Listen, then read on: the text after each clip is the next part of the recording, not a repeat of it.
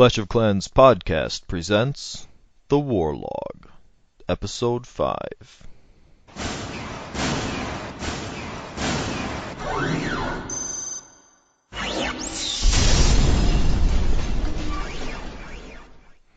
Alright, so Episode 5 actually takes place during a Twitch stream that Scotty, Jake, and I did for about 4 hours or so one night, so it encompasses episodes 5 and 6. Unfortunately, the beginning of the recording got misplaced somewhere, so we kind of jump in a few minutes into the broadcast. So yeah, hope you enjoy it. Well, I guess that's good, I guess. Well, I try out some of those attacks, and I'm like, what did I do wrong? You know, it's just... There's a learning curve, man. You just got to stick with it. You got to commit to it and say, hey, I'm going to do it till I get it right. Well, yeah, it really kind of opens your eyes. And man, did people after your guys' podcast, you know, people in the clans were just going and watching your videos and totally... talking about it, about how, you know, oh, I'm going to try this attack. You know, Jake said to bring this. And so thank you. It is very much. Well, and I can remember when I was first, like when I first joined, like on Hive 2.0, and me and Boaz talked about this, you know, back when I first did the interview. I can remember looking at those guys and being like, one day I'm going to get that good. I'm going to be like those guys, and I'm still not there. But, you know, you just got to sort of say, hey, I'm gonna get good at this, period. And it'll happen. You just gotta stick with it. Well, you know, we kind of just talked about it, but I guess that we talked about what we were going to talk about, and I thought maybe we'd get to it later. But how do you go from that? Like, what advice would you give to somebody like me, who, you know, I'm trying new strategies. I'm like figuring it out. Like how. When do you like take a jump to another attack? Do you do one in the first I think the first step, let me interject before Jake gets into that stuff, is to find a clan of people who are like-minded, who are also trying to take that step. Because there's so many people that will join the True Sons or join, I'm sure, One Hive and things like that come from clans where it's a bunch of their friends and, you know, they love it, but the people aren't wanting to take the next step in terms of war and in terms of stepping up their, you know, different style of attacking and everything. So I think that's probably the first thing, is if you get around people who can help you scout, you can watch their replays, they can give you tips, you can give them tips, and yeah. So anyway, what do you think, Jake? I'm impressed. That is an excellent answer. I didn't think you had something like that in you, man. Yeah, absolutely. It makes all the difference in the world. If you're the only guy in your clan trying to take his game to the next level, more than anything, you're probably being held back because you're not going to first be seeing things done correctly or even those attacks attempted and done incorrectly, because you can learn from failed attacks. That's what I tell people on my channel, is that they come to me and say, oh, you know, I screwed up, I did this. I said, okay, wait a minute. Did you learn something? Did you identify a mistake and say, I should have done something else in that attack? If you did, then it's still a win, because I remember when I was going through that process and I was trying to get to the point where I could consistently 3-star, you know, Town Hall 9s, and I felt like when I finally made every mistake there was to make is when it clicked. I was like, I've screwed up every way that you can possibly screw up. Now the attack started getting better. You know, it's just like, you've got to fail, and then when you learn from it, the next attack's better, because you're not going to make that same mistake. You're going to make another mistake, and it's going to cost you a 3-star, but eventually it's like all of a sudden this light bulb goes off. All the mistakes that you've been making, you've learned from them, you've corrected them, and now you're throwing out this really, really nice attack. Yeah, well, don't be afraid to watch all of your failures, which I'm so guilty of. This is when I do a great attack, then I'm like, oh yeah, let me watch that like a couple times. Oh, look at that. Oh, I did awesome. Yeah, and when I fail, I'm like, oh, fuck this game, and I, like, you know, turn off my phone. So I really need to be better about that, like going in and breaking down exactly what I did wrong. The the issue is usually there's one specific thing that I did wrong at one point that ruined the entire raid, and so I already know it, going in. It's just like, oh, I dropped the king, before the funnel was, fully created, and then he took a walk around and it ruined the entire raid. Starting 20 seconds in, I knew the raid was over, and so that's always kind of frustrating. But it's nice. I mean, anything that you do wrong, especially, is helpful, because you can just make sure to, rule that out try to rule that out going forward. Well, and watch your replays, because you miss things when it's live. There's things that you didn't even know happened till like maybe even the second, maybe third time you've watched the replay. You're like, oh, I didn't even notice that. And those are all learning things, and that's where it starts. And just start at the basics, like Boaz said, creating your funnel.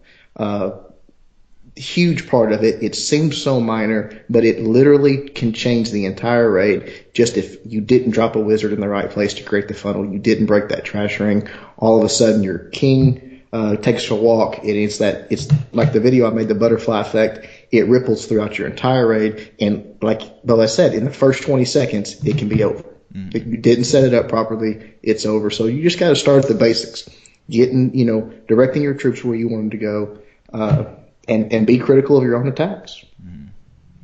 Yeah, I did start changing it up a little bit, like with heavy lures and going back to the basics. Because, when you talk to people or you watch videos, you're reminded of those things that you forget, that maybe are really basic.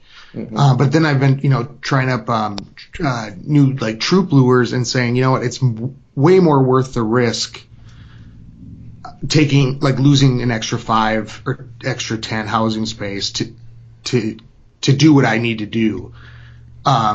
Especially if you take out, either specific defenses or a certain area of buildings that then funnels your troops in a certain direction. I was about to say double duty on your lure. Then if it's heavy, it doesn't matter, because you're getting so much out of it.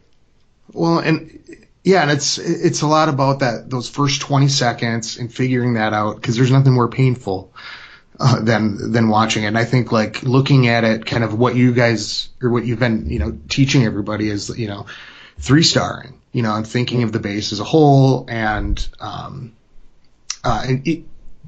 conceptualizing that attack. It's not about the first. There's the critical pieces in the first, but then there's a whole base behind it. So, well, and honestly, breaking the base down into sections. Yes, the base as a whole, but today in the state of the game, the really good attackers are taking a base and saying, okay, this part of the base I can take out with this comp. This part of the base I can take out with this comp. And when you put it all together, it's beautiful, and it sometimes is very different. It's not, it's definitely not your go wipe or your even your, maybe it's not a go hold. There might be Valks, Loons, Hogs, all in the same raid, because each part of the base is susceptible to something. So that's where you really take it to the next levels, when you start saying, okay, this quadrant of the base, I need to bring this troop, this quadrant over here, but it's all separate, but it's all comes together, and you sort of, when it clicks, it's like, oh, all of a sudden you're seeing the base as, here's what's weakest. Here's the weak spot. Here's the chink in the armor. But once you take that out, then it sort of all falls into place. Well, how do you practice then? Like, because I think that's the big question. Because I spent a good portion of Dark Elixir like a week or two ago trying out the Cold-Blooded and things like that, which helped my timing. But how do you practice, or are you just strictly like on the war side of it?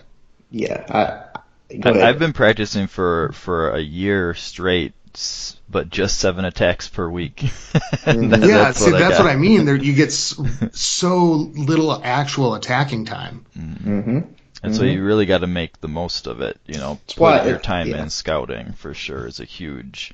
I mean, it's 3-minute raid, but it can be way, way more time spent planning it and figuring out what you're going to do and predicting what your troops are going to do and how the base is going to react and things like that. So if you because you have such a small amount of time to practice, or a small amount of, incidences of practicing, make the most of those, of those 7 attacks, or however often your clan wars, those 4 attacks per week or whatever it is.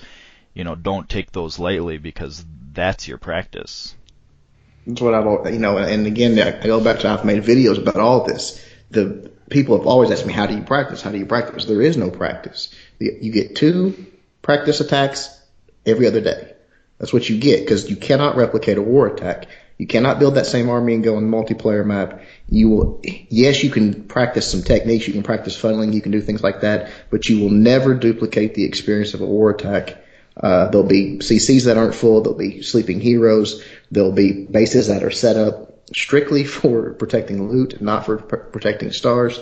There's no way to practice it. So and it also goes back to what Boaz said at the start of the podcast. Surrounding yourself with those people that are practicing the same attacks you're practicing, it's almost like you get more than that, because you watch their attacks. You say, oh, he screwed up here. Oh, look at that. That was awesome. I got to remember that. You get more of it when you're surrounded by it and you're seeing it war in, war out. But you've also got to take the time to watch the damn replays. So many people don't even take advantage of that. They're in a war clan. They might not even watch anyone's replays, maybe besides their own. It's such a valuable thing. You've got to go to those replays. You've got to study your attacks. You've got to study other people's attacks if you want to get good. That's the bottom line. Yeah, I agree. I'm just fixing one little quick thing as well. Oh yeah, you're streaming here. Yeah, we should be good. So there was just a sound issue. It was on my side, so. Okay. So now we're good. Okay, cool. I think. Well, let me know if my stuff starts to get really choppy and I can stop watching, but I got it on now, so we'll see how it goes. You sound fine to me.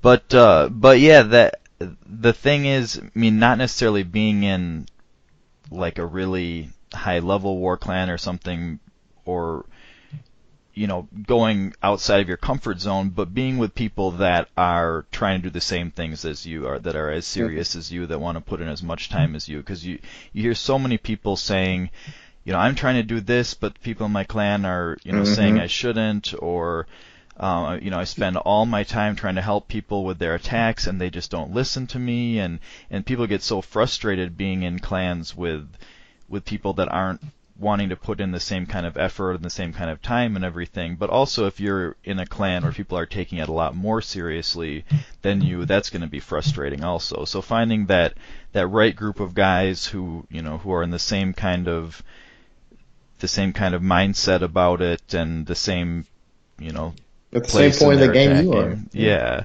And want to do the same types of attack. I mean, that being said, it's good to have some variety. If there's people that are better than others in the clan, some people can learn from them, and some people like that. Some people like kind of being a big fish in a small pond and helping people along. Some people like being middle of the pack. They don't want a clan where they're too high up, too low. Some people like being, you used to especially see this in trophy clans, they would want to be in a clan where they were the worst one, because they'd go on global as just barely master 2 and be like, I want a clan with at least you need at least 2,800 trophies or whatever it is. Bonnier just took a tour with Player 1 into the wild of global chat and did a couple wars, and it was hilarious because he was talking about how people not knowing that they fill their war CCs.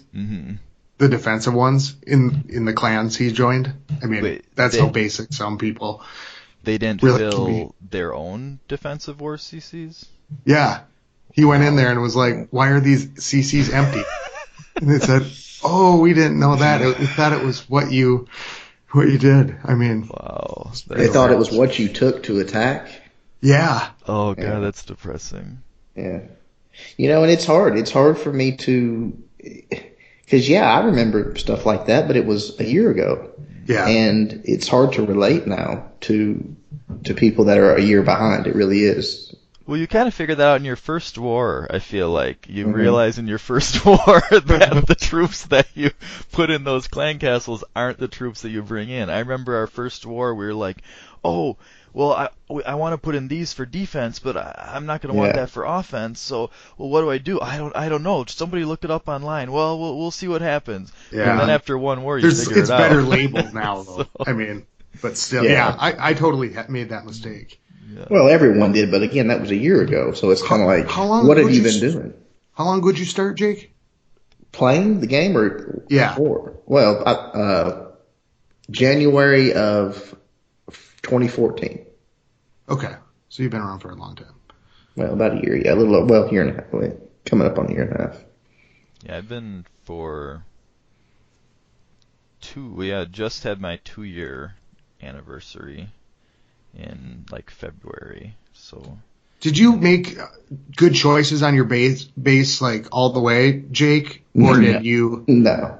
Dude, for the first few weeks, I thought if I lost my shield, like someone was going to crush my base and it was going to be over. I bought a shield. Yeah, I did too. I didn't build my clan castle because of that.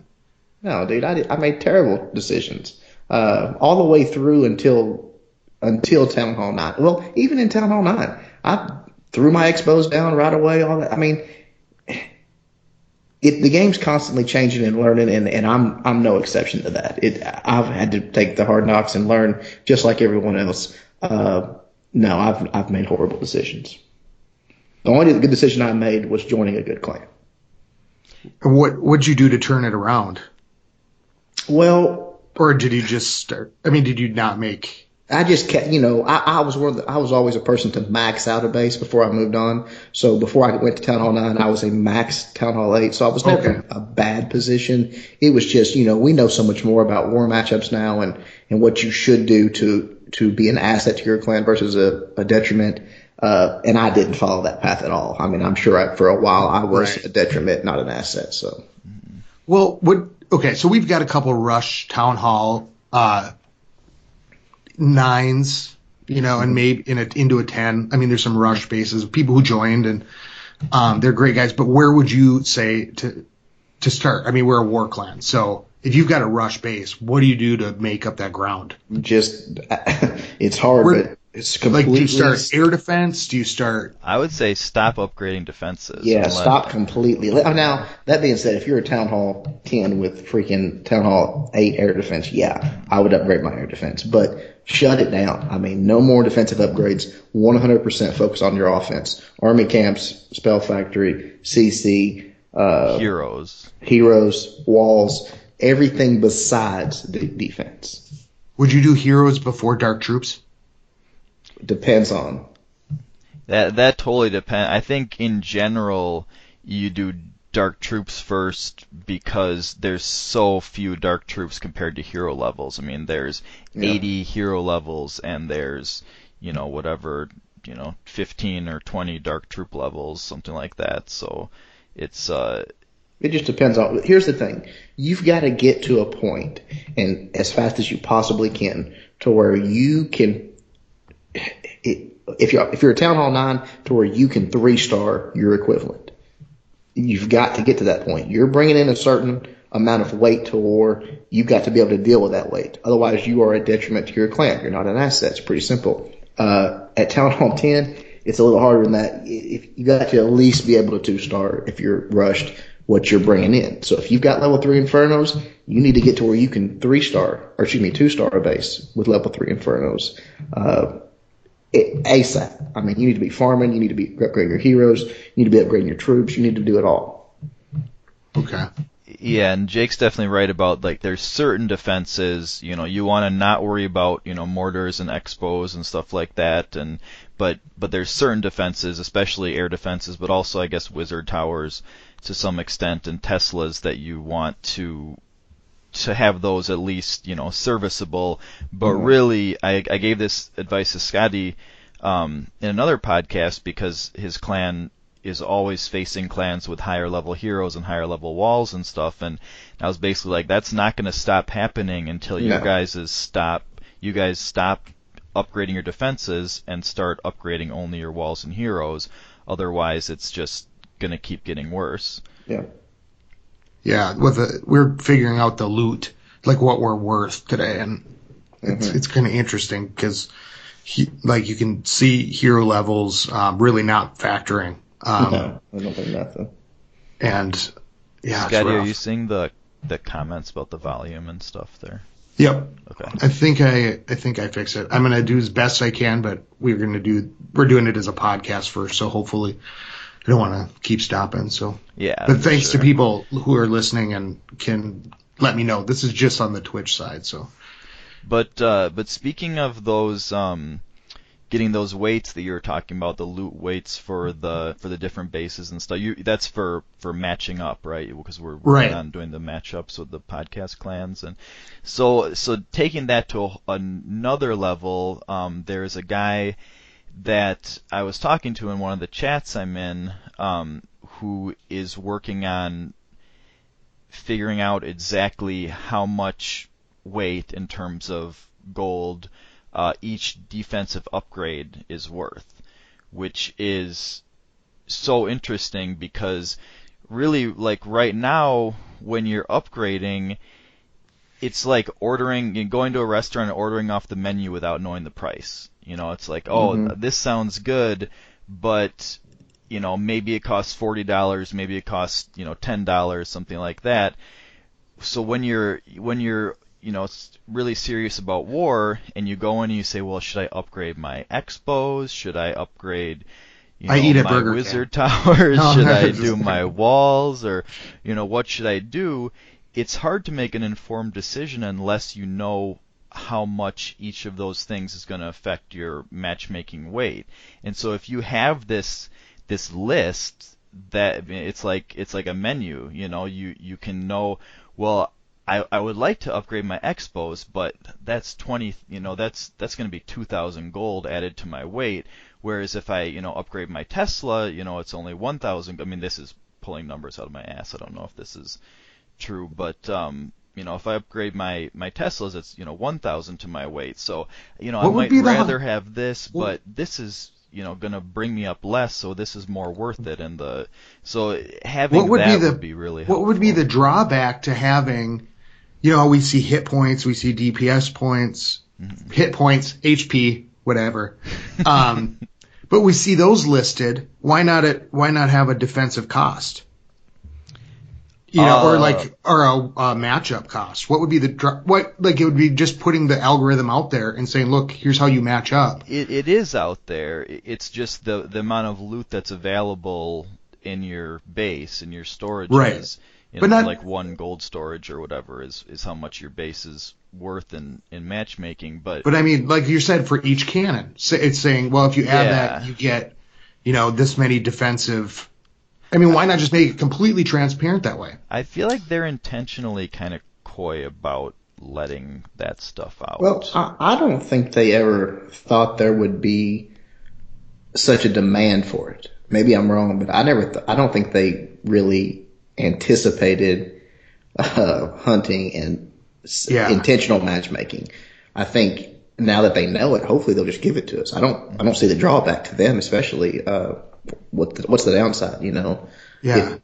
You can put, like, if I want to war the True Sons, I put it out there, I click on their clan, war invite, they can accept or decline. It's that simple. Right. I think it's coming. There'll be a day. That would be cool. Yeah. But I mean, like where you're at in level, I'm not saying that would influence, but I'm just mean, like, if you just knew what your number was without having to go in and look at all the stuff. Well, again, I think it's just because they didn't anticipate it. There was no need. Before war, there was no need for it. And then once they did it in war, it was just, here's how they match up. And tell me if I'm wrong, Jake. I don't think there's, like, quote unquote, a lot of stuff to look at. I think you can just look at the amount of gold in your storages, and then that's how much I was doing a your weight spreadsheet is. today, Boaz. Well, So that's if you a lot were of looking at looking. more than that, then that's No, because Botox you was have saying there's he a was multiplier. looking at, but I mean Botox was saying he was looking at elixir and dark elixir and Oh, stuff yeah. like that, and that's all just going to go up in ratio with your gold. You Yeah, only it need to should look be at a one I would agree. resource. Yeah, it should be a linear ratio.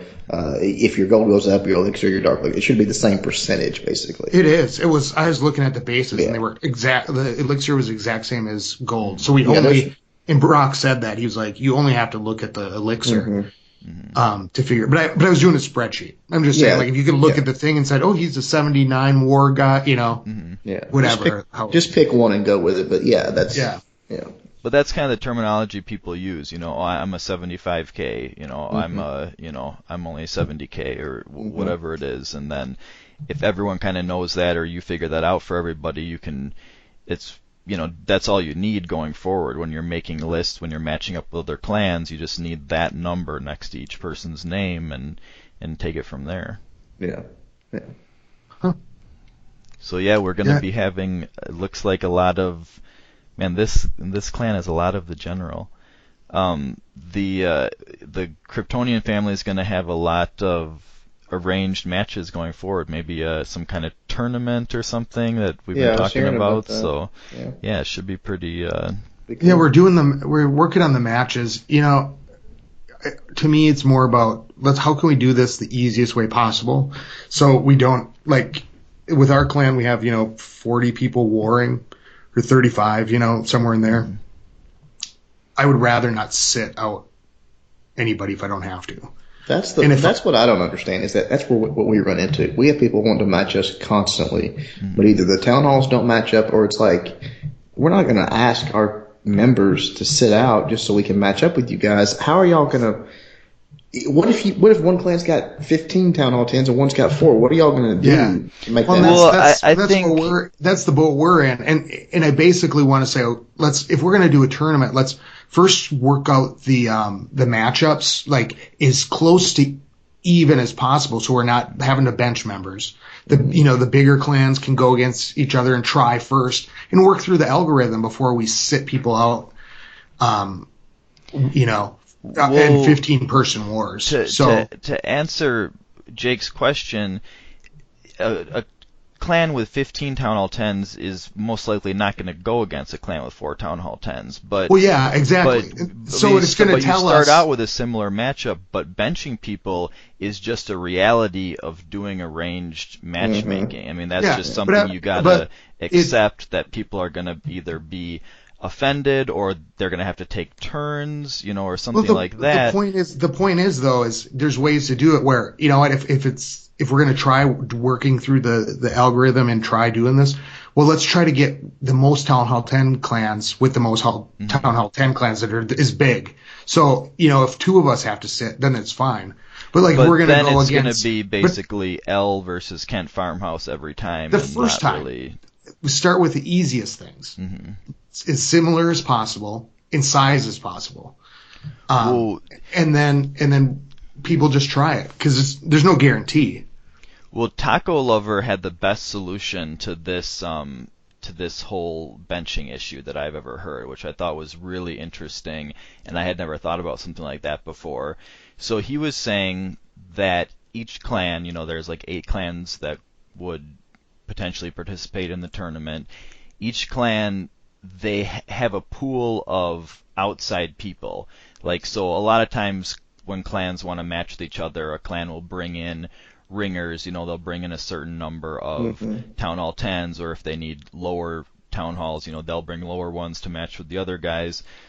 But Taco's idea was that instead of having mercenaries or ringers that are going to be available to any clan, you have to choose in advance, your clan for the tournament. You each have, say 15 outside members that are fans of the podcast or alternate accounts or something like that. And then you draw upon that pool of players. And so instead of taking 2 clans that have 35 members and then paring them down, needing to get to 20 or 25 to find a common ground, if each clan has, say 15 people to pull from, then you can generally keep most of the players that are normally in the clan and then just choose which ones to add from the auxiliary players. And so that would, and I'm all right with Kent that. could their all auxiliary I'm saying players is I could be just lower. I want to do it to the least disruptive as possible to the clan, because I like hanging out with my friends, and so if people are in there in once a week, they want to be constantly warring. It's as long as it's not too difficult, I'm totally in for it. And switching around and going between clans, I don't want it to take over. You know what I mean? Because we're figuring out our stuff all the time. Here's what I picture, and it goes back to my EverQuest 2 days. Is when you're in an EverQuest 2 clan, you have to have certain classes. You got so many of these, and that's what you bring to what we call raiding there. That's to me the future of mixed clan wars. Is there's going to be an established set number. You've got 5 Town Hall 10s, you've got 15, Town Hall 9s, you've got 5 Town Hall 8s, and that's the standard. And you'll almost be recruiting for that. Here's what we want, here's what we need. That way when people want to match up, if you're a 35, you've got a standard. If you're a 40, you've got a standard. And everyone knows that. And so you adapt to that as opposed to, what do y'all got? What do we got? And trying to pick some random arbitrary thing. I think that's the future anyways. If we ever get actual, yes, Supercell lets you match up, because then you're getting more roster-like, basically, is what you're saying. Yeah, you're a set roster. Because then, let's say tomorrow Supercell gives us matchmaking. Yes, I can challenge True Sons. You guys can match up. But what if there still has to be a limit? What if they've got 15 Town Hall 10s and I've got 4? You can't say, okay, you guys match up. That's silly. Because people would make the clans and just get XP points or XP. Yeah, they could do that too. Damn it, but they've still got to have some sort of here's what. Yeah, no, that's what I'm saying. What I'm saying? I agree with you. Yeah, I agree with you. Otherwise, people would just be matching themselves for XP. Well, I don't know about that, but I think, Jake, the response to that is, if you have 4 Town Hall 10s and I challenge you with 15 Town Hall 10s, you should just say no. Yeah, agreed. But what if you've got 6 and I've got 4? Should I say no? No, I mean that's what it comes, that comes up in arranged matchmaking, where people will say, we want to have the exact same number of people because, I don't want to be at a disadvantage, or maybe someone will give someone a little bit of an advantage if they're more of a skilled clan. They'll say, well, I'll bring a little bit less Town Hall 10s, if that'll still. Well, I know, but what I'm saying is, what if there was a sort of agreed upon for mixed clan wars? I know you're going to have different things, but to say, hey, here's a standard. Well, so they're kind of mixed clans. I mean, I feel like almost unintentionally have kind of drifted toward a standard, which is just about, I mean, let me know if you agree with me here, maybe like about a third Town Hall 10s and 2/3 Town Hall 9s. Yeah, I would agree. I think that's pretty close. So, I mean, it depends on, some people are going to be more like half Town Hall 10s, a lot of clans will be more like a quarter Town Hall 10s, but maybe this is an opportunity for the clans in this contest then would be to instead of the smaller clans, instead of the bigger clans having to bench more people, it'd be easier for the smaller clans to gain people. But I think a lot of them enjoy doing lower level wars. I mean, a lot of some of the clans are specializing in Town Hall 7 through 9 wars, focusing on Town Hall 8, stuff like that. Well, and the cheating's not as prevalent there either. I've heard that from a million people. By the way, Smallville 87 is not now necessary there. A clan. Only Town Hall 8s and 7s. Dumb. Sorry, what? Oh, the new Smallville 87. Yeah. My mini's over there. It's going to be kind of cool to see wars. Yeah, so that's the thing, is that the podcast clans kind you cut out by... Oh, sorry. Hello? I can hear you still. Okay. Can you hear me, Scotty? Okay. Back. Yeah, I can hear you now. Okay. So the podcast clans almost by design are not that similar, because from the beginning we wanted to make variety of clans, so anyone who wanted to would have a clan where they would fit in. And so now we're trying to do matchmaking that's kind of a detriment, because there is such a wide spectrum of clans, and so. But I think like it is a even hard just thing to do though, to making- mix up a clan once a week for a long. That's why. Well, I think, and Nat in the chat is saying the same thing as you, Scotty, that Kent doesn't want to mess with their lineup and stuff, but maybe it could just. No, we'll mess with we could it as long as we're getting success with it, and we can do it in a way that is the least amount is possible. But you could have like rivalries, like the clans that are closest to each other, like say Kent and L, or say Bye Forever and Project Cadmus or something like that.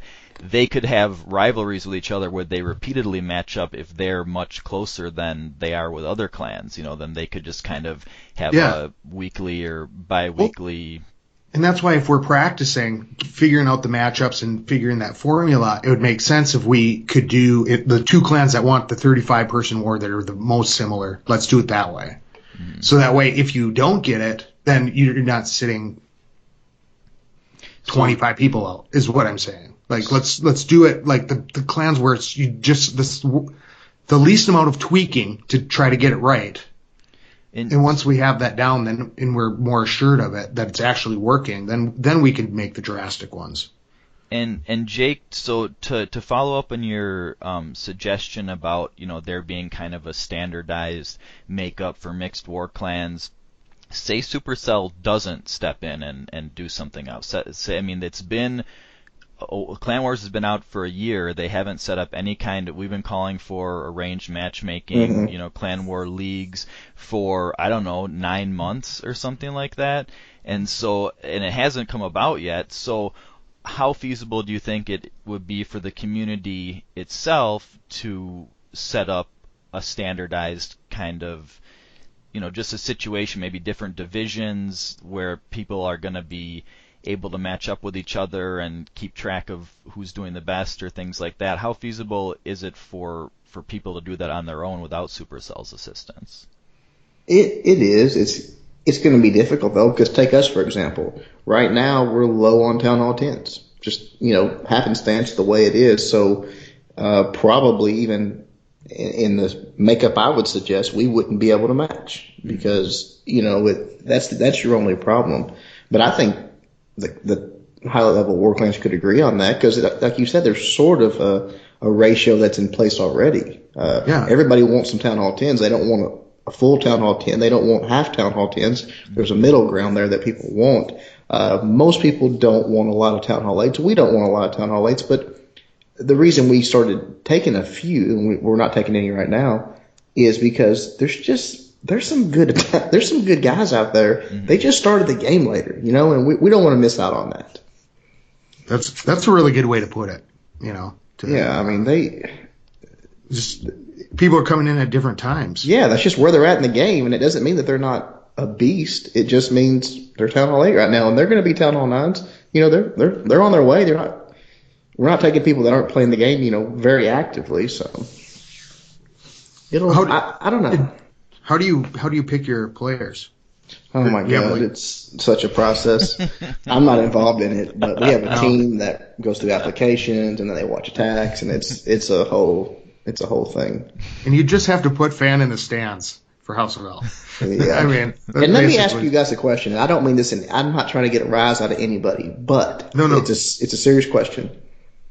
Y'all are doing this podcast tournament, and I don't know each of the clans. I don't presume to know their ability or their level.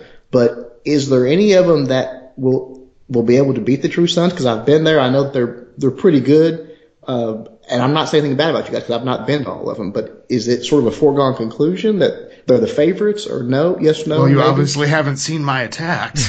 The True Sons isn't one of the clans involved. Oh, they won't be in it? We had talked about maybe doing like Kryptonian Family All-Stars versus the True Sun, like picking maybe the 30 best attackers from among all the clans to face the True Sons. I just assumed y'all were in it. I would have been 31. We're gonna have our feeder potentially in it though, which I think would be a pretty cool experience for the guys in the feeder to be, because there's a lot of fans in the stands there, just like there is in the main clan. But depending on which clans want to be in the rotation and their levels and their numbers and stuff like that, the feeder might be involved, and maybe some players from the main will come down to the feeder for some of the matchups and stuff, and so that's a little more feasible. I don't know. I guess I kind of wondered that as we started doing the planning, because Boaz was talking about it. I think the True Sons has a lot of attackers. I don't know if it would come, or a lot of really good attackers. I don't know where it would match up. I mean, I would think that we'd definitely, like, if it was L, I think we would probably have we'd be the underdog for sure. Yeah, because here's the thing. I know that Boaz and the True Sons have been. It's not a skill thing. I've always said it's not. People watch my channel and they make comments, and I'm like, look, it's not. It doesn't mean that we're better at tapping the screen than you are. We've been doing this for a long time. Well, and True Sons have been together for a long time. Right. You know what I mean? And they've been taking the 3-star road for a lot longer than I know some of the, at least, other podcast clans have. They've just, I listen to the podcast that's sort of, you can hear them talking. We're just now learning these things. I know that they've been doing it for a while, so I was curious. I didn't mean it in a disrespectful way to any of the clans. I didn't. No, it's a good question, especially if you were assuming that True Sons was going to be participating. It's not. Yeah, I did. Really be very. And True Sons would be a clan. They've got a feeder clan. They've got the audition thing going on, and a lot of our people are there learning. So. It would definitely, I don't know, and then across the different clans, like Boaz said, everybody serves a different purpose. Right. People went to this clan because of this, and this clan because of this. I basically want to see the numbers first to see how difficult it's going to be. It'd be like, they're talking tournament. I would settle for like trying for a matchup, once a week and then fitting it into a tournament somehow. But it's, I don't know. I think it'd be interesting. But I think that's kind of the next step, because right now there's matchups and they're one-offs and they're fun and it's cool. It's much more fun than facing a random clan. And then there's, of course, uninvited matchups and stuff like that. Yeah. But if you could really set up a tournament that would work, especially like a bracket style tournament or even like a round robin tournament or whatever, if you could set that up in a way that would work and the just winner moves on or whatever, it would be so cool compared to this, these one-time things. And it's great for bragging rights. It's fun to have a one-time thing against another clan. But if you could do that and you could say, do like 3 I times, beat all these clans. We went in with 8 clans and we won. That would be just way bigger bragging rights, and it would make each matchup that much more meaningful. And it would be cooler. It'd be cool, like you're saying, if you could say to somebody, all right, let's do 2 out of 3. In this one, we're going to do a 40 war. Then we're going to do a 20 war. And then we're going to do a 10 war. And the winner, 2 out of 3 out of those wins, like the tournament. So you could, if the matchup was reliable, that would see like the different ways you could do the matchups would be cool. Yeah. Well, and it's a complicated thing because you're going to have variables. You're going to have, even if it's slight, you're going to have advantages, and it's a lot of work to, that's what these guys that actually hunt, that target people unwillingly, it is a tremendous amount of work because you don't have someone sending you a spreadsheet saying, yeah, here's who we're going to have when we hit the start button, like you do when you're trying to match up. Trying to match up, not that hard. If you take the time, they got spies, they got cheats, they got, they got all kinds of stuff. They got it, and a lot of times they hit the button and they miss. That's why they form. What they don't have are girlfriends. Well, probably not, or wives. But what they, a lot of times that's why they form these secondary clans. They don't do it because they don't want to take the chance of waiting that time, waiting for the perfect time to hit the search button. Their spies are telling them now's the time to hit it, and then they've waited 6 hours because they're trying to keep their wins up on the top, and they don't want to hit that button they don't want to wait with their main clan, so they form these secondary clans to that, because if they don't get matched up, which a lot of times they don't, it's no big deal. They do the war and they try again. Well, the other benefit of forming, other clans is the same kind of thing that Scotty was talking about, is you don't have to bench people. If you're hunting someone or matching someone with your main clan, then someone's going to get their feelings hurt because they're going to get left out or opted out, when they didn't want to be. But if you form a new clan, then whoever's forming it or the people setting it up, they can invite different people, or people can volunteer to be in it, and that way you're just not really like hurting people's feelings who are normally in the clan and normally warring if you have, another clan. But the other benefit, of course, is being able to form an all-star clan with the best raiders from all the clans involved, which is what tends to happen. Like we talked about last time on the Warlog, is that it also benefits you because you're not putting any risk. You don't have any chance of, if you lose, what does that matter? Your clan didn't lose. It was some clan that was made out of thin air that lost, so there's a lot of benefits to it. Well, and if, we're going to do the war, and it makes a lot more sense to do 10-person wars with 2 TH10s, and you send one person a week to try to match, or send one team every week to try to match up, then that's less risk, like you're saying, Well,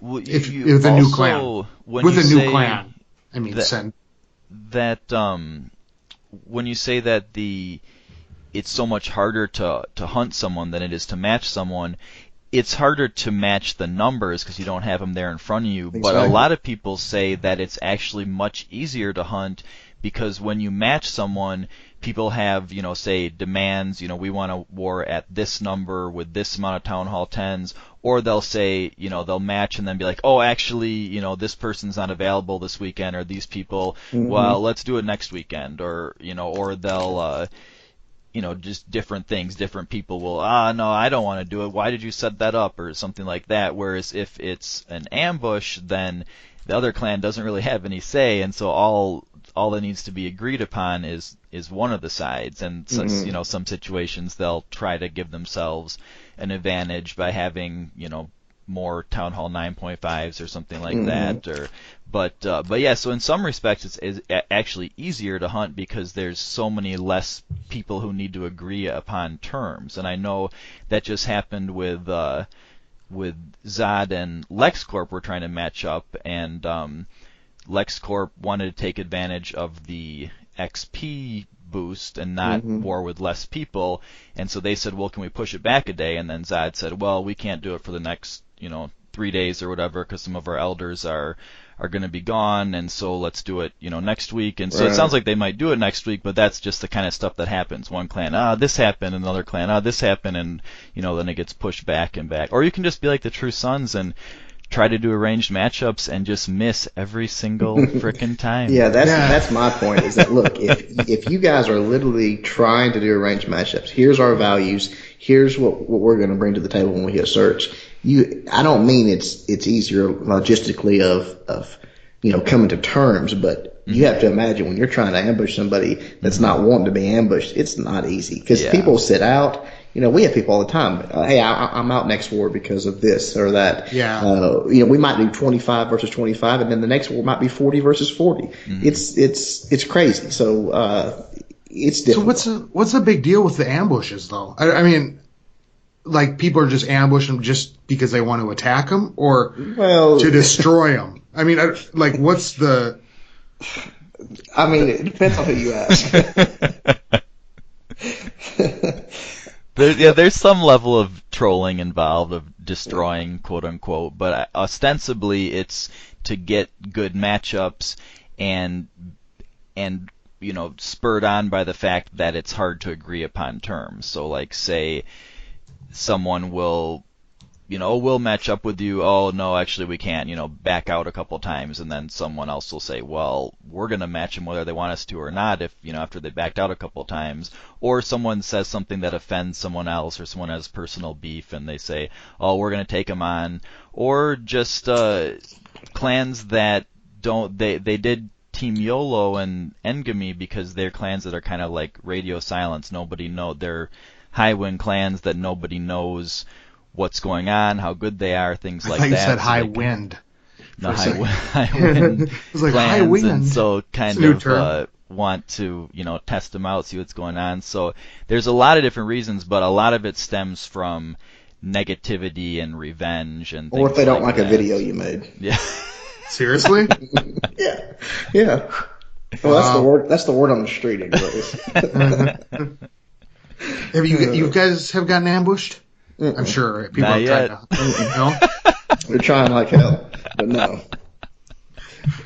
We've been hearing for a month it's coming this weekend. That's just every weekend it's coming. Which we don't care. They're probably trying. I mean, well, they are, and we don't care. I mean, this is the thing. Because it would be even matchups anyways. Right, it's got to be pretty even. There's only so much leeway. So if they match us, fine. We'll fight our best. The outcome will be the outcome. We'll learn from whatever happens, win or lose, and we'll move on. Well, you'll learn a lot more than what you would learn in a normal war. Because it's like you'll be facing much tougher bases, much tougher attackers. It's almost like we're being threatened. Better. Yeah, it's almost like we're being threatened with it, and we're like, okay, we're not. We're not going to give you our information and match you up willingly for obvious reasons, but if it happens, fine. We're fine with it. We're okay with it. We're not going to be upset about it. We're not going to cry about it. We're going to give you a hell of a fight because you are going to be matched up with us pretty evenly, and we feel that we can give anybody a hell of a fight, whether win or lose. It's going to be within a few stars.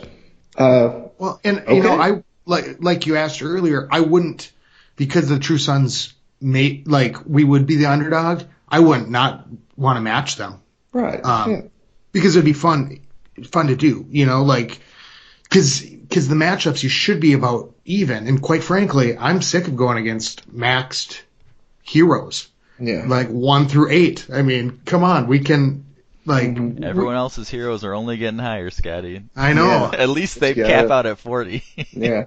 Yeah, because our matchups, the top 5, it's usually just pretty insane. So it would be fun. I mean, we wouldn't shy away from trying to do it at all. Right. Yeah. But I think and kind of a little bit back to that in a sense of, I think what Boaz was saying, or you're talking about as well, if we were just trying one clan and one clan trying to match up, instead of that bigger overall thing, that might make a little bit more sense.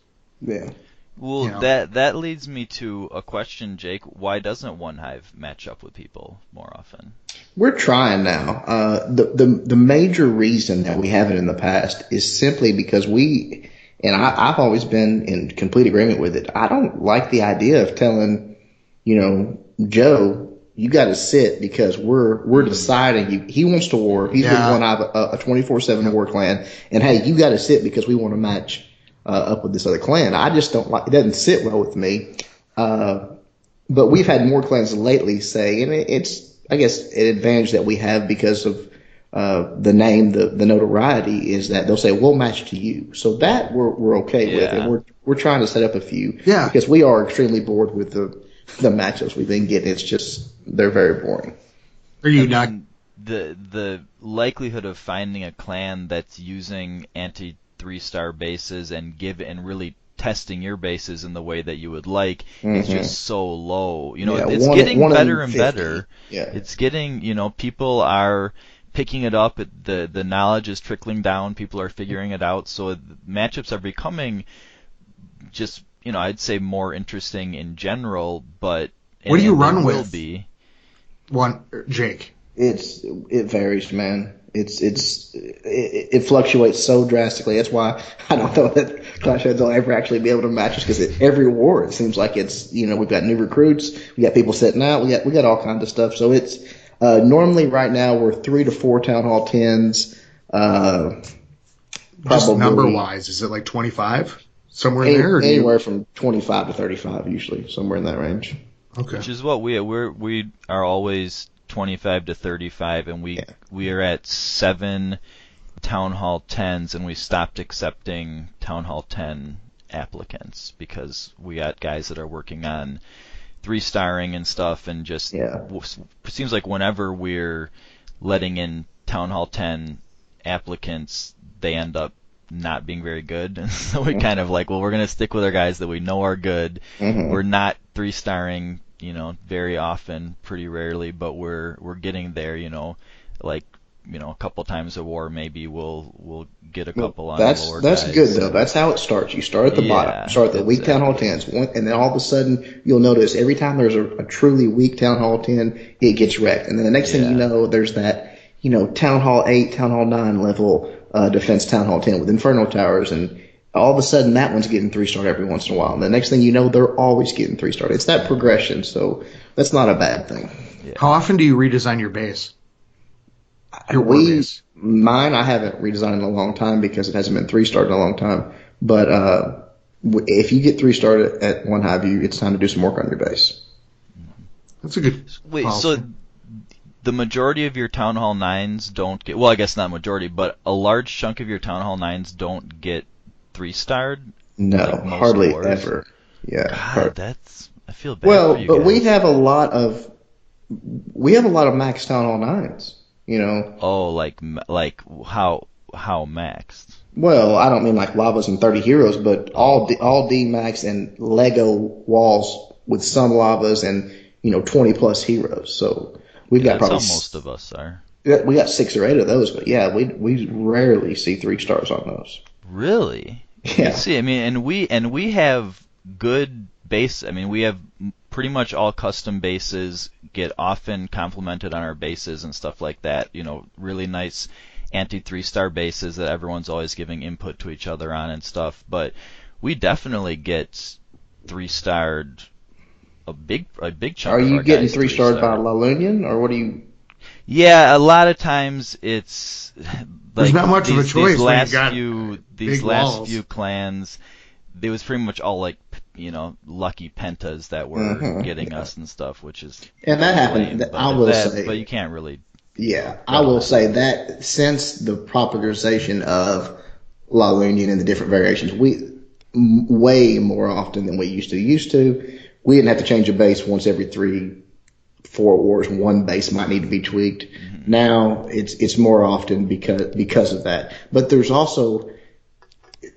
times that the right person tapping the screen, there's no Town Hall 9 that can't be 3-starred, Mm-hmm. So it's not always a base's fault. It's sometimes just a really good attack. I Well, beg to that's differ. what's You should see surprising all me. of my Town Hall 9s that I've tried to 3-star. Well, that's More. what's so surprising to me, Jake, is that there's definitely no such thing as a Town Hall 9 that can't be 3-starred, and so that's what's surprising, that you guys just aren't coming up against people that are, and I mean, maybe it's having a chunk of Town Hall 8s in your clan that doesn't give you the Could be, elite and matchups. And I'm wanting more, and we all of us are wanting harder matchups. So we are going to. That's why we've shut off the Town Hall 8s for now, and we want to get a few more Town Hall 10s and obviously more Town Hall 9s. It's just hard to recruit, man. It's hard to find reliable high level players. There's so many good war clans at this point. It's just, Well, see, I can recommend, and we've been recommending this to people who want tough matchups. If we've been getting some really nice matchups against really nice clans with high level heroes, solid base designs, high level walls in this, 25 to 35, about 25% Town Hall 10s, no Town Hall 8s. Whenever we include Town Hall 8s in our matchups, the level of difficulty goes way down. I think you're right, and it's a shame because we want to give those good Town Hall 8s. The ones that we're getting now, we're bringing up from Genesis, and obviously you've probably seen some of their attacks are amazing. These guys are good. Genesis is fun. They can hang out there till they're well, I know. But a low-level Town Hall 9 is the same thing. It's not much different. True. But what surprises me is this: we'll get matched the up. queen makes a pretty big difference. She does. Right away, when you get a queen to 5, that's going to make a difference in your attacks and even your defenses. I mean, not a huge difference in your defenses the way a higher level queen does, but having a queen on the board will, yeah. Well, what surprises me is that we'll get matched up like this last war. Town Hall 10s are pretty even. Town Hall 9s are pretty even. Town Hall 8s are pretty even. But we have like 8 people with max defenses. I'm talking about that, the things that carry weight. Mm-hmm. They've got like 2. And it's like, why? Why? It doesn't make any sense, Where's I don't know. Well, speaking of not making sense, we set up a a matchup with Clash. I think this is one where we tried to do with Clash Nerds, and we set it up. All of our weights matched against each other and stuff, and then they matched within like 30 seconds, and then I guess this is the first time we did it. We tried to match them, and we ended up getting matched with Ass Clan instead, which was fun because they're not, they're very high level elite war clan, so it was a fun war. But when we set it up with Clash Nerds, we were evenly matched. We did all the math and everything. Then we matched with Ass Clan, and they have 4 more Town Hall 10s than us with level 3 Infernos, and so it was just like, what the hell? Like, we set that there was this clan out there searching the exact same time as us with the exact same makeup, and yet we get matched with this other clan who's not even close to us in makeup. And so it's just like, and I don't know. I'm sure they would love it if they could fix it and if they could make it more accurate and stuff. So it must be hard to do, but it's just depressing when you do stuff like that. Yeah, there's a balance of, they could narrow it down to not allow that, but then search times go through the roof. There's a balance that they're trying to catch, and maybe it needs to be tweaked, but you can't really blame them. They want people to get matchups in under an hour for sure. Are you constantly going back to back? Mm-hmm. Like in the middle of the night? Well, no. If it gets too late, we'll reset. But until it gets to the wee hours of the morning, we'll just hit it again. We didn't reset this week, and I'm like exhausted. 2 a.m. to like once we got to like 2 a.m. we reset to like 8 a.m. That was our last reset we did a few wars ago. But generally, we there's a little window in there that we will. Every whatever it is, 20 wars where we'll delay it a little bit, but yeah. It was exhausting with the double XP because we kept going, and everybody wanted to take advantage of that. We reset on like Saturday, but it kept getting later and later. We didn't this time. Normally we do Saturday, so we start Sunday at the same time usually, and by the end of this week, it was getting really late and having to push the war button, and it can be taxing, like to the constant war clans. I mean, those guys that are at the top that are worried about keeping that top spot, they can't let it. It doesn't matter what time it is. You got to hit the button. We don't worry about it that much. I mean, we're at, let's see how many wins are we at. I don't know what the top war clan's at. We're at 157. So I know there's some guys in the 170s, maybe 180s. Probably, I think up to 180s. Yeah, no, so we're almost at not really sure though. We'll be at 158. So we're nearing 140. It'll be nice when we get to 150. It used to be that 150 seemed like crazy, and by the time we get to 150, people are going to be at 200 probably. Yeah. But that's actually the kind of nice thing about being where we are is that we don't have to. I mean, we can do arranged matchups. We can mess with our timer a little bit. We can. Yeah, it's not detrimental. Yeah, it's not. It doesn't. I mean, and the other thing is the XP thing. Like at first we're like, oh, we need to really inflate our clan and get up to as many members as possible and war with at least 40 so we can get all this XP and everything. And we realized that just wasn't worth it. I mean, it was just gonna seriously take away from our experience, from our enjoyment of the wars, just for this XP that we're going to get eventually anyway, but to really lower our requirements and lower the town hall levels and stuff like that just for the XP, we realized pretty quickly that it just wasn't worth it to us, that it didn't seem important enough to want to compromise what we had set up and what we had decided was the optimal warring. We liked our tree fort just the way it was. Well, and people are getting to 5 now. There's a ton of clans that are level 5. Pretty soon, the majority of clans that are, working on their XP will be level 5, and that's really where the magic happens, Right. and then after that, it's You can relax at that point. yeah. I think that's the kind of the plateau, the milestone that everyone's looking for is that troop boost or whatever you would call it, the +1 level on your troops. Because once you get to like +2 level on your troops at like level 10 or whatever, a lot of clans that wouldn't make any difference at all. No, Like, it'll make very little difference for war clans. How much do you think a clan will be worth? Do you think there'll be some real world money put on? Maybe, but I don't think anybody that Because you can't gem the XP for the actual clan. It kind of becomes like a valuable piece of real estate. if clans are worth money, then I bet the D-bags who nuked GS96 are wishing that they had sold it on Craigslist instead of nuking it. Yeah, for real. What happened?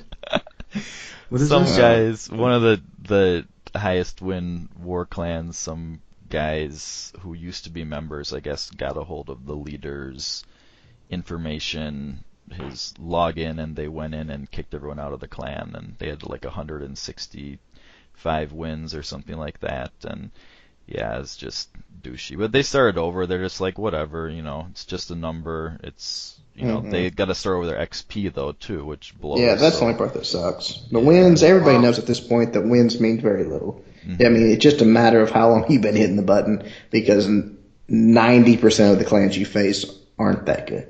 I mean, that's the bottom line. But I guess once you're up, when you're up there, you're kind of in like the top, very, very small sliver of clans are within, they are probably within less than 10 of the leaders, and so that's got to feel good. It's an accomplishment that you have been working on and stuff. Yeah. But yeah, just now that it's come out that so many crappy Well, unless they'll clans never get have a ton overtaken, of- it kind of is a lot of pressure off, I'd imagine. To be like, Yeah. hey, I'm not going to be overtaken Well, now. they're not like I would think there'd be pressure being at the very top, but being, I'm just trying a little to bit off the look on the lighter side of it. Yeah, that's good. Yeah. Let's find Yeah. silver linings for Well, those. at least we're not going to be in things. decline. Like, No, not our they'll fault. be, Not our fault. they'll be fine. Though, I mean, people, once you establish a name, nothing like that will hurt you. That's like the Black Lodge. When they split from Red Onslaught, it didn't hurt them. I mean, very little, because people knew who they were. Yeah, they had 0 wins when we had 60, but who cares? And most importantly, they were on a hitchhiker video, so then even more people know. Well, I think they knew him before that, but yeah. Well, you're welcome to come record my epic fails anytime you want. Yeah, I need Jake to do has that. already had 2 podcast clans on hitchhiker video. I didn't even realize that you had Kent Farmhouse until some people were just the other night. There's some really good attackers in the clan, though. I mean, and I got, it was strange. I got a little, I don't want to call it hate, but some people did not enjoy the video, and they were like, what they quoted was their war log, that clan sucks. And I was like, no, they don't. I was like, look, no, they're not a hardcore war clan. They don't claim to be. They're not. But what the Hitchhiker series was always about was showing clans that took the techniques that we taught and showed in the videos and put it to use. It wasn't necessarily high level war clans. It was just, hey, I've shown clans that had 15 people in them. You know what I mean? It's not even about that. It's like, here's people that are putting to practice what we teach and having success with it. So the fact that they had a lot of losses on their war log, to me, doesn't take away from that. The people that are, they're a opt-in, opt-out, no pressure war type thing. The people that are going to war are using the techniques and having some success with it. So that's all I was showing. Well, it's kind of like you can't look at your videos and in one instant completely transform. No. Like you're talking about with the wars, every war is, and that's only every 2 days. So it's like, it takes, and it's cool, I think, to see the stuff. I could see where people are like,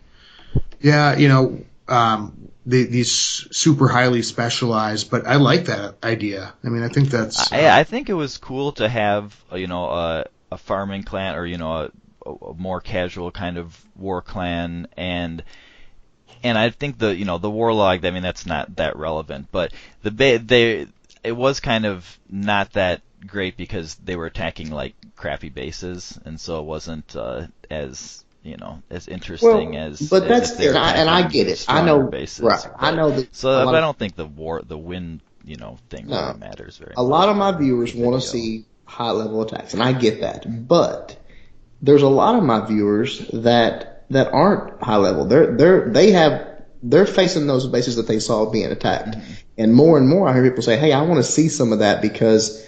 Yeah, I love watching the high level stuff, except for that. That's not me, Yeah.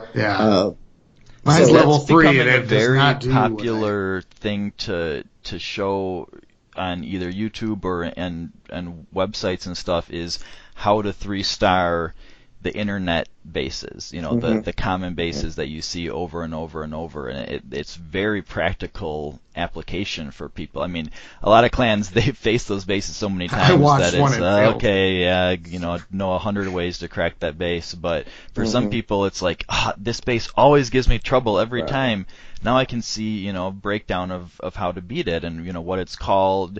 Finding the name of it is helpful because then you can just look up ways to beat it and stuff. And sometimes like your that, troop levels, you want to try something at a different, that you see, but sometimes the troop levels are off. Well, I've always told people that the attacks we show, with a few exceptions, a few of the attacks require high level heroes, but 90% of the attacks we show, you can do it with lower level troops. You just have to pick a lower level base. If you're seeing us do it on a maxed out Town Hall 9, max D, level 25 King and Queen with lava walls, that's fine. Yeah, it takes some max level troops and some decent heroes to take that base out. But you can do the same thing on a Town Hall 9 with a mix of max Town Hall 9, Town Hall 8 defensive levels, level 10 King and Queen, and skull walls. You can do the exact same techniques, the exact same attack, and have success without max troops. So it's the technique is there. There are quite a few attacks though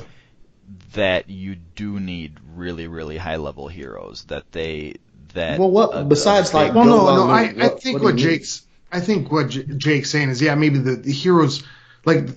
And I'm really not talking about heroes. I'm thinking about the troops. The only thing that I think would make a difference would be the loons. Well, so in Gola Loon, you really only need your heroes to be high enough level to take out whatever you're going in for with the initial penetration to get either the queen and an air defense, a queen and 2 air defenses, queen air defense, inferno tower, whatever it is. But no, I'm saying you need really high level heroes for those, like 5-6 golem attacks where you're sending in a ton of golems and the heroes are just the golems are tanking for the heroes and the heroes. Yeah. But Sorry, the I'm talking principles about Town are Hall the 10. same. The Town Hall Jake 9, the hero saying. levels don't matter. I mean, you can Right, beat any and Town Hall 9 that's more what I'm base talking without- about. Is Town Hall 8 and 9. Town Hall 10 is a whole different ball game, and yes, heroes, regardless of the attack you're bringing, heroes play a huge role. And if you're talking about trying to 3-star the base, no question, no argument. But I get people that are saying, "Hey, I'm a brand new Town Hall 9. What should I be using?" And my answer is always, anything. Pick an attack. If you've got max level, Town Hall 8 troops. You get your new Town Hall 9. Obviously, you want to get your queen up to level 5 quickly as possible. And you get to that point, and you've got maybe 1 or 2 of your troops Town Hall 9 level. You can do any of those attacks. Just pick a new Town Hall 9 base to do them on. Mm-hmm. Yeah, definitely. Yeah, Town Hall 9 is nice. I mean, it's really very, very quickly into Town Hall 9, you can be 3-starring solid Town Hall 9s if you do your upgrade, make the right upgrade decisions and stuff like that. So what are the upgrade decisions? So my mini is a brand new TH8. There's a lot of stuff to do. Where do you think for like 7s and 8s? Because even some of us coming back on our second accounts, it's a different game, from before. Where do you suggest like offensively upgrading at like lower levels? Well, I suggest you watch the videos. What Jake to upgrade? has a video on 8, 9, 8, 9, and 10. What to upgrade first? But decide what you want to 3-star with. Do you want to 3-star with dragons? Upgrade your dragons. You want to 3-star with hogs? Upgrade your hogs, and upgrade the spells that correlate with that. If you're upgrading your dragons, get your rages upgraded. If you're upgrading your hogs, get your heals upgraded. Because you want to go, and again, I'm talking from a war guy. I'm not talking about a farmer or a trophy pusher, a war guy. Your offense first.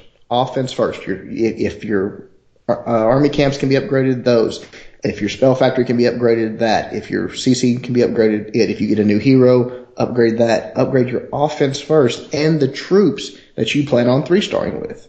Town Hall 7 and 8, I recommend dragons first. They're the most powerful thing. That's the thing. When you're at Town Hall 8, even if you want to be using hogs and you say to yourself, I'm going to be 3-starring with hogs, a lot of times, especially if you're in a non-stop war clan and you want to be contributing as much as possible the whole time, even if you know you're not going to use dragons, for the rest of your life after, your hogs get up to level 3 or something, it's good to do dragons first. Dragons to level 3 first, get rages up or whatever, just because then you can be contributing right away. What if you don't 3-starring Town Hall 8s immediately upon becoming a Town Hall 8, or a week or two in becoming a Town Hall 8, you can 3-star high level Town Hall 8s. But so that's kind of a weird thing is that dragons. Well, I've talked about that in enough podcasts. The dead end, the dead end learning curve of dragons, mastering dragons and then not getting to use them going forward. But yeah, it's smart to do that first, even if you know that you want to be using Go Wipe or using Holo or using Hogs. But what if you don't know what you want to do? Because a lot of people, it's like we're seeing these attacks, like the new attacks. It's.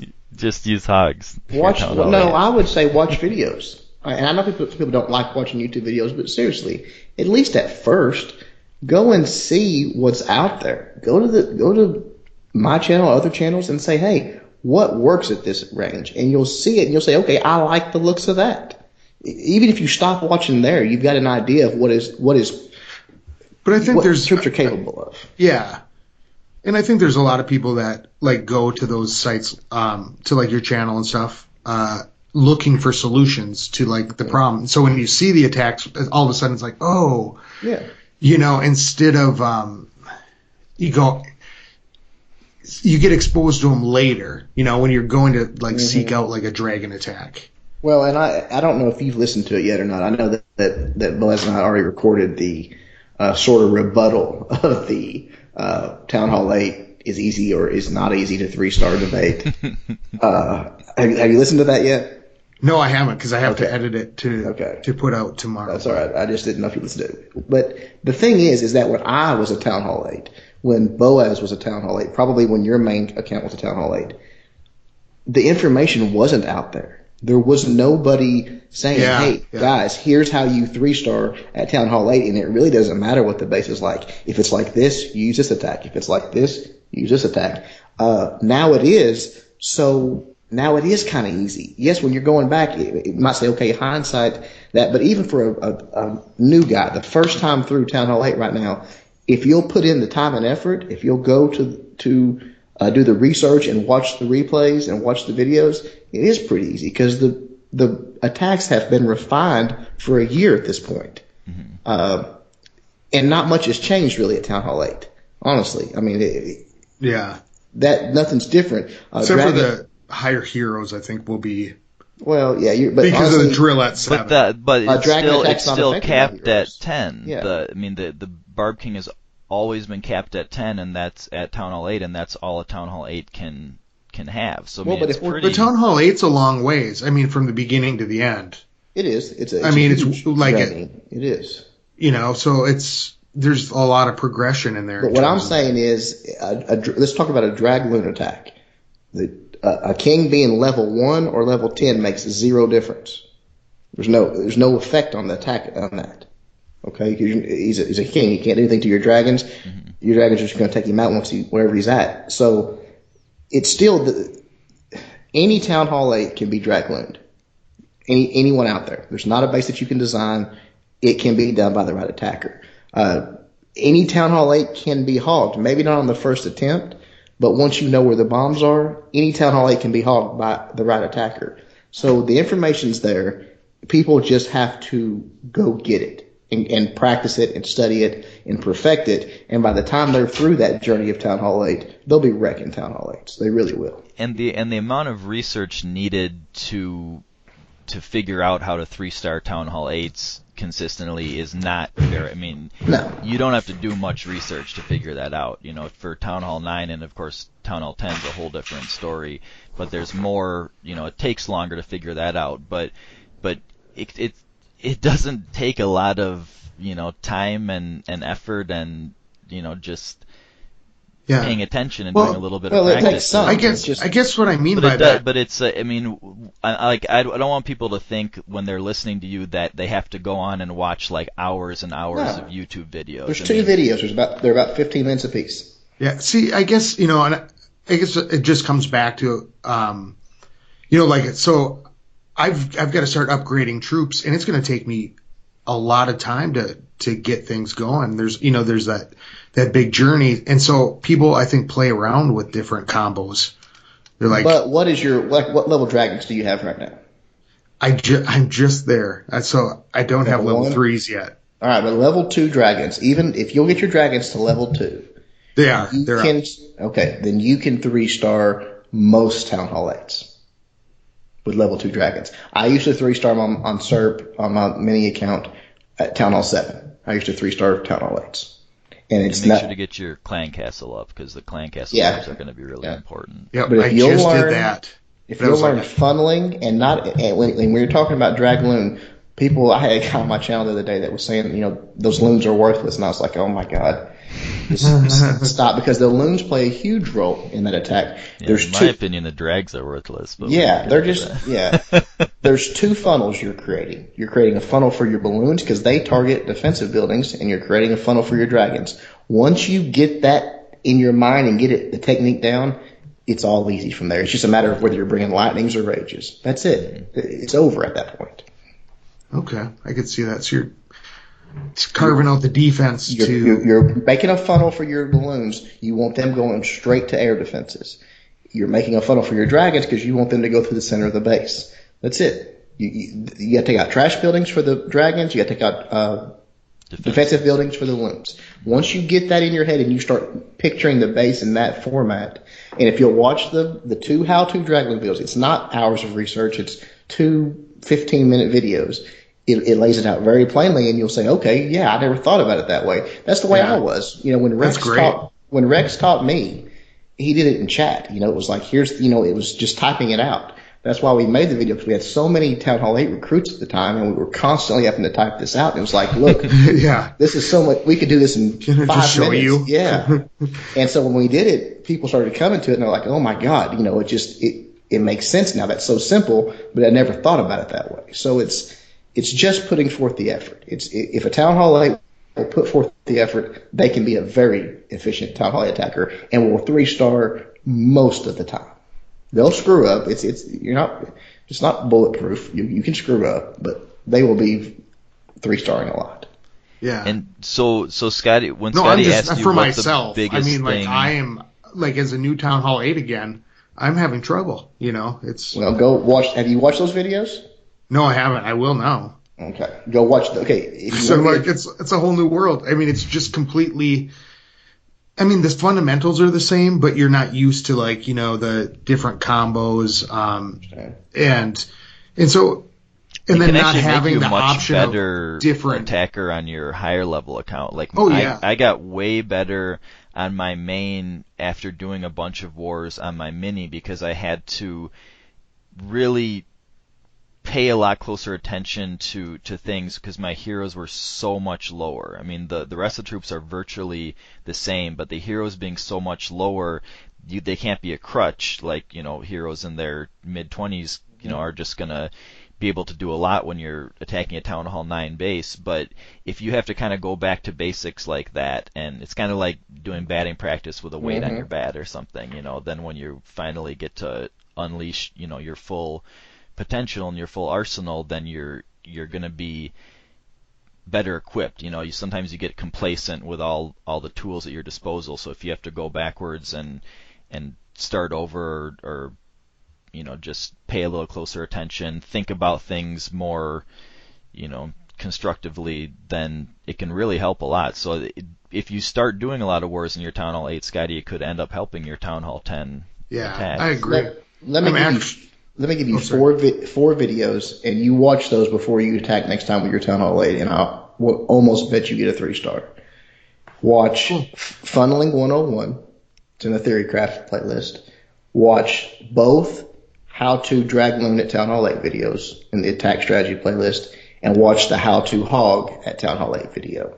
Probably won't need the hog video, but if you ever start using hogs, all those 4 videos for a Town Hall 8, I truly believe can watch it, and they will be a much better attacker if they don't already know these things. If you already know them, fine, you're not going to learn anything. But if you don't, you're going to come out of it might take you an hour to watch those 4. Hey, maybe I'll record my attacks from this war, and then I'll watch them, and then do the next war, the before and after. That would be interesting. I'd like to see it. Because I think it'll make Look at him before. But what Scotty I was, agree. the first question Scotty had was kind of if you could break down some of the biggest, most important things, like what do I just need on audio. So the first thing you said was that funneling is the biggest thing, because so many raids end in the first 20 seconds because of poor funneling. So break that down, just verbally, if you can briefly, so Scotty can, get an idea, or listeners can get an idea of the funneling means clearing everything off the side of the walls. No. That's a common misconception.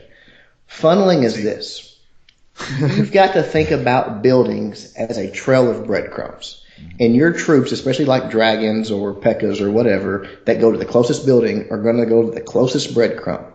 So what you have to do is remove breadcrumbs from where you don't want them to go and leave breadcrumbs where you do want them to go, aka align right to the center of the damn base. If you clear everything in an area, then a breadcrumb on the outside might still be the closest. But if you remove them strategically and say, okay, I'm going to break this line of buildings here on the outside and break the line on both sides, now there's a runway. There's breadcrumbs right to the center of the base. Your troops have no choice but to go there. And that's funneling a mistake I see even higher level attackers doing, where they clear out the whole side of the base. And it's just like, why don't you leave obviously I just learned something. Even leaving one trash building in the middle where you're trying to go in, say you're trying to get into the nearest, place nearest to the queen. If you leave one building there, then you can drop your heroes on that building, and then they're going to walk in, directly from there. But if you clear out, the whole thing, then you still don't quite know exactly where they're going to end up going. But yeah, so that's a huge thing that funneling, because for dragon raids definitely, but now that everyone has to take out the queen, that's a huge component, is putting down, generally people put down golems and then put down wizards on the sides, and then you have your little, path up the middle towards the queen. And if you fail at that, if you fail at your queen kill, then the whole raid is over, from there, and you just are keeping going because you want to get the 50% and get the loot. Yeah. All right, well, that is it for episode 5 of the War Log. This conversation is continued on episode 6, coming out soon.